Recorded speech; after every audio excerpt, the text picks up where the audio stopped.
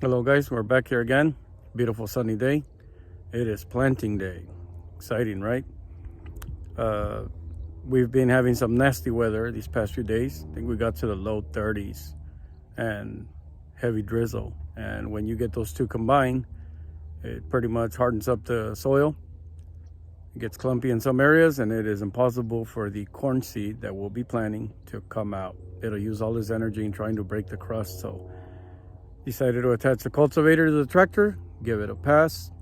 We can kill two birds with one stone here. One, will break up those clumps, and two, we will uproot any emerging weeds that were making their way up through the soil. And here's the cultivator we're using. So this is the cultivator we're using. It's a Lamprite FC15. This is an S-tine cultivator. It's got points on it right now. You can actually swap those out for sweeps.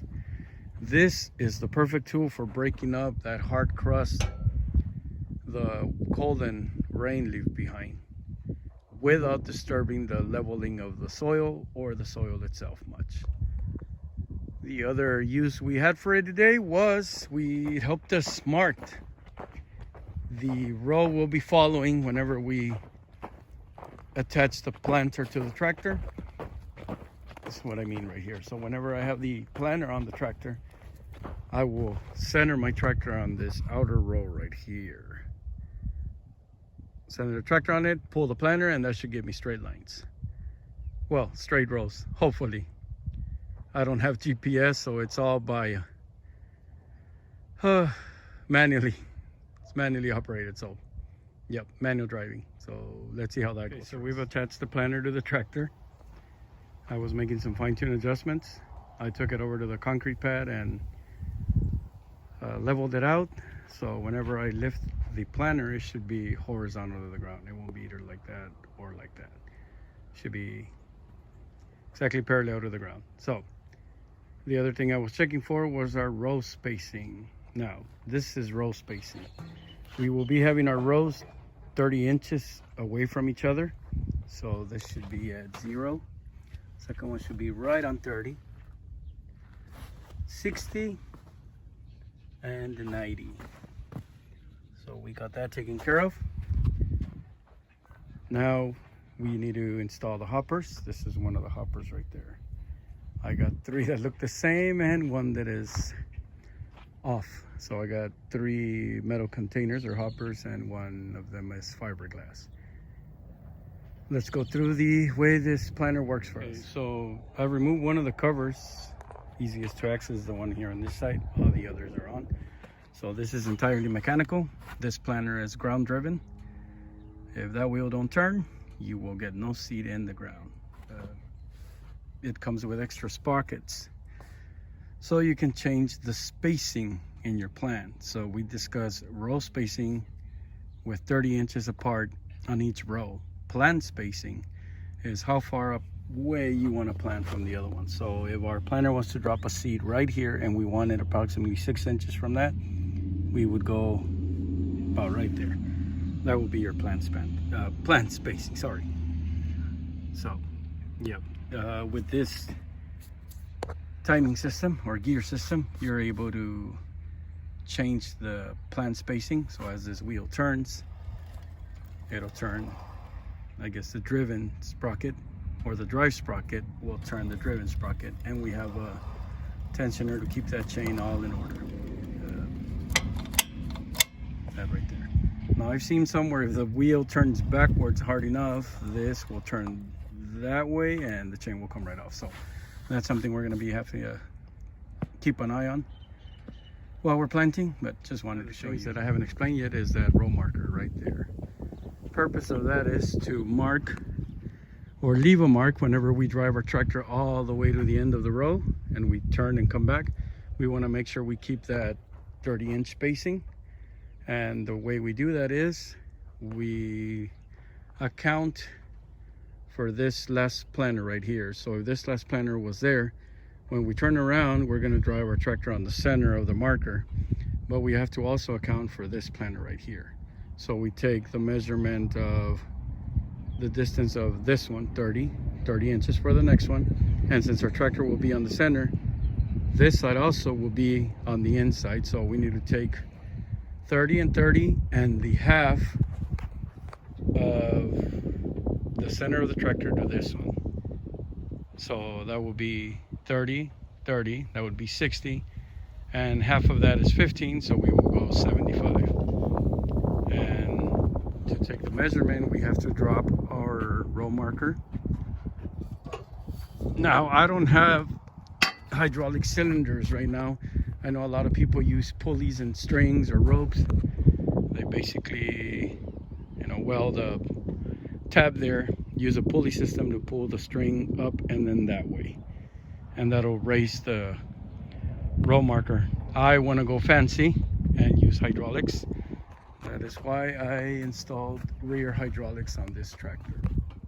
Yeah, I need to wash those off and plug them up. Anyways, so if our mark is correct, from the center of this outer planter should be 75 inches, and let's find out if it is. So we're going to take the measurement from the middle here. Good thing we have two opening discs, and that should come all the way out here and give us 75 inches.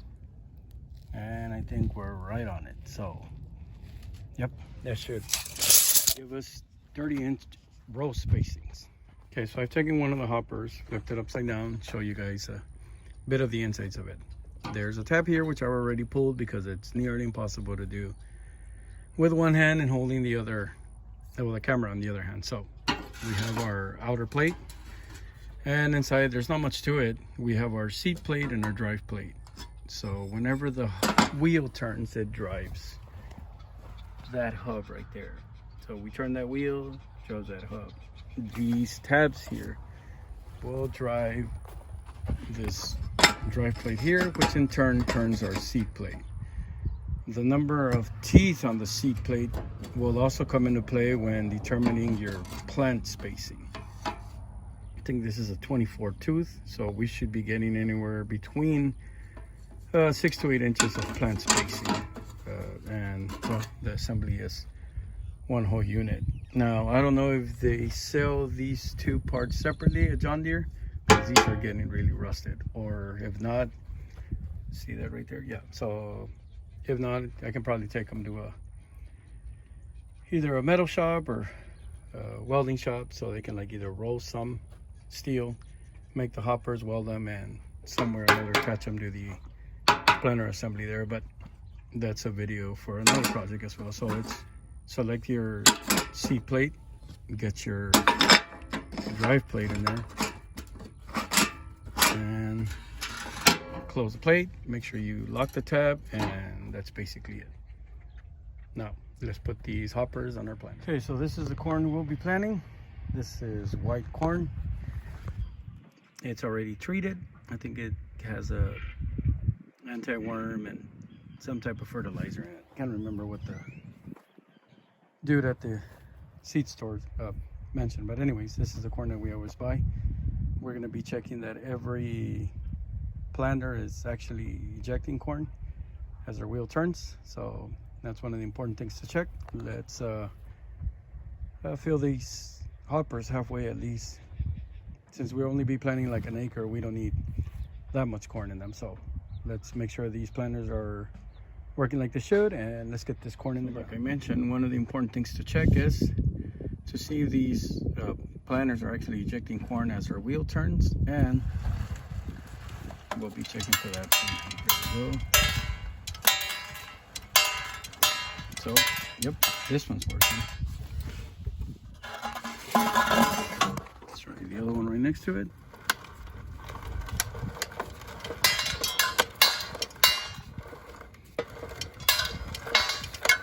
There you go. So that one's working. Let's go to the other two.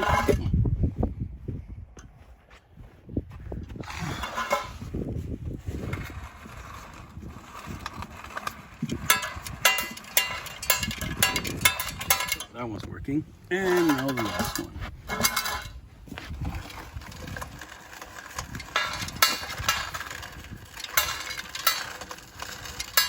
The planter seems to be working. So that's good. So one thing I forgot to mention was our level indicator.